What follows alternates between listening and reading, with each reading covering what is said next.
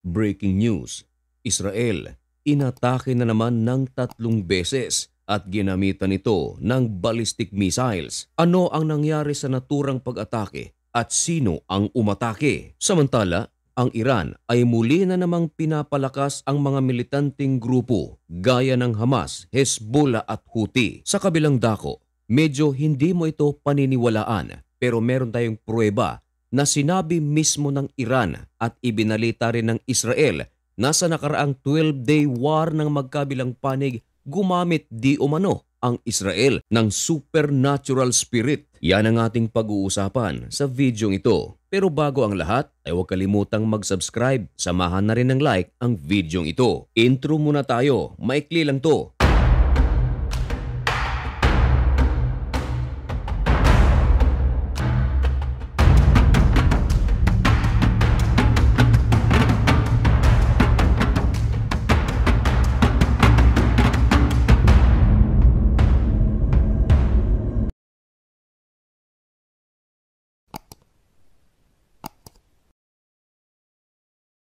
Maligayang pagbabalik mga kaibigan. Kumusta kayong lahat? Ngayon ay July 19, 2025 at nagbabaga at napakabagong balita ang ating ihahatid sa inyo. Ito mga kaibigan ay sa dalawang bagay. Una mga kaibigan ay ang pinakabagong pag-atake ng kalaban ng Israel. Ang pangalawa ay medyo kakaiba sapagat medyo spirit na ito. Unahin natin mga kaibigan ang pinakabagong nangyari ngayon sa Israel sapagat ang araw 1, 2 at 3 ng Israel ay gumana na naman sapagat meron na namang mga ballistic missiles ang nagliparan papunta sa Tel Aviv at tinarget nito mga kaibigan ang Ben Gurion Airport. Nito lamang Miyerkules mga kaibigan hanggang kahapon, 3 pag-atake ang kinaharap ng Israel. Ang isa mga kaibigan ay nagmula sa Gaza pero ayon sa Israel, hindi ito naging successful sapagat na-intercept na ito ng IDF at pagkalipas lamang ng ilang oras mga kaibigan, meron na namang 2 ballistic missiles ang lumipad patungo sa Tel Aviv. Yun pala mga kaibigan, ang Houthis ng Yemen ay nagsagawa na naman ng pag-atake at hindi lang isa kundi 2 beses itong umatake. Ang balitang ito mga kaibigan ay kinumpirma ng The Jerusalem Post at ito ay nakalipas lamang ang ilang oras. Ayon sa IDF mga kaibigan, ang Houthi ay nagpalipad ng ballistic missiles at ito ay nagmula mismo sa Yemen papuntang Tel Aviv at Jerusalem. Nagtunugan ang maraming sirena mga kaibigan mula sa Tel Aviv at Jerusalem.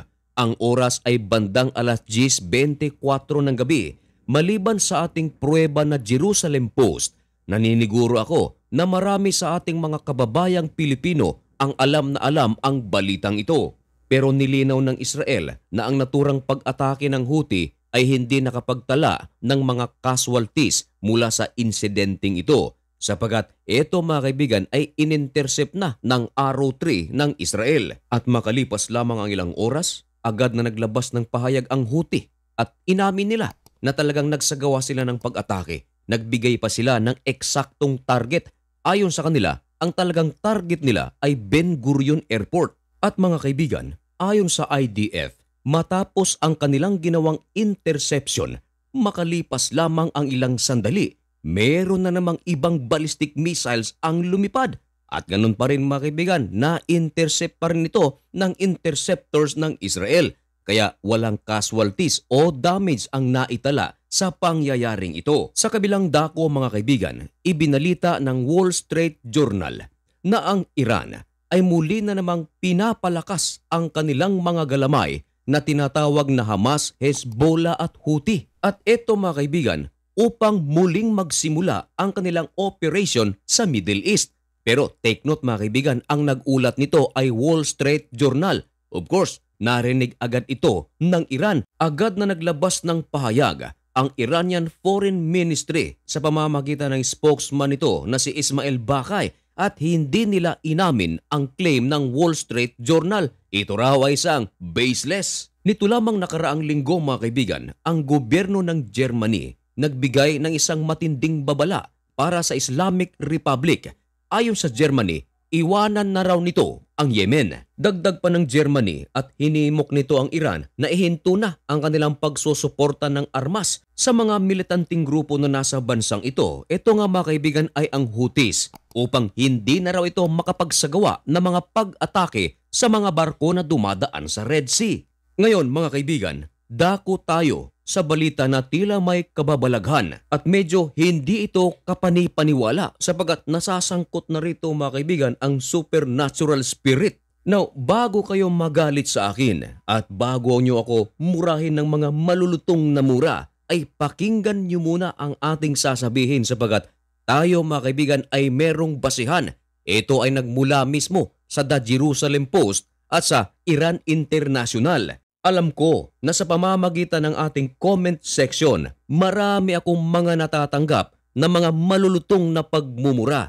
Sa totoo lang, nasasaktan din ako. Pero mahal ko pa rin kayo at kailangan kong tanggapin ang inyong pagmumura sapagat bago ako pumasok sa social media ay nakahanda na ang aking sarili sapagat alam ko na sa pagdating sa social media, iba-iba ang mga ugali ng mga tao na ating makakasalamuha. Pero ganun pa man mga kaibigan, ayos lang yon. Eto nga, bago nyo ako murahin, pakinggan nyo muna ito. Ayon sa ulat ng Iran International, ayan, ibinigay ko ang ating pruweba na maaari nyo namang i-research. Nakasaad mga kaibigan na merong claim dito ang IRGC na ang Israel ay gumamit ng sorcery habang sila ay nagkakaroon ng giyera.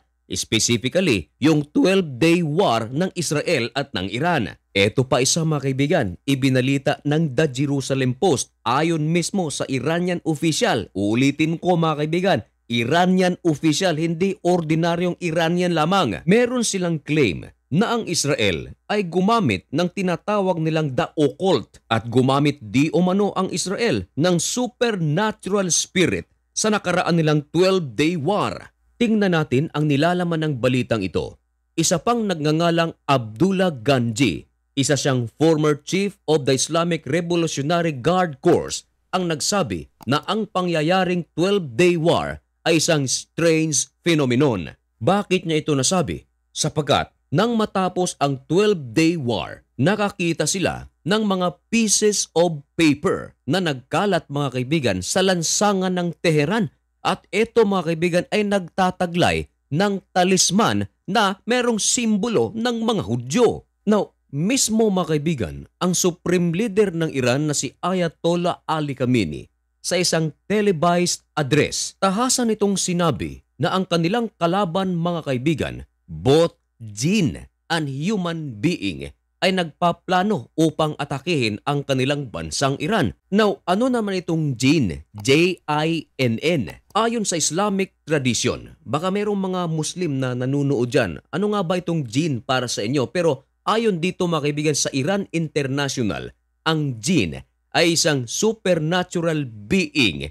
Ito ay gawa mga kaibigan sa apoy. Nako, talagang kakaiba ito at ngayon ko lang ito narinig mga kaibigan. Ito ay distinct from human being. At ito mga kaibigan ay gawa mula sa soil. At ayon sa naturang Iranian official mga kaibigan na halos sa lahat na ginawang pag-atake ng Israel ay ginamitan nila ito ng supernatural spirit. May kakayahan daw ito na magmanipula kahit pa ng isipan ng kalaban.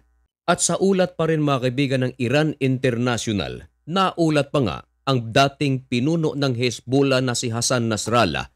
Ayon sa ulat ay ginamitan daw ng Israel ng jinns upang mahanap ang location ni Hassan Nasrallah upang ito ay mapaslang. Yan ay claim ng Iran. Now, kung kayo naman ang tatanungin mga kaibigan, naniniwala ba kayo sa balitang ito? Ipaalam nga ang inyong mga komento, opinyon o nalalaman tungkol sa balitang ito at malugod ko po iyang babasahin.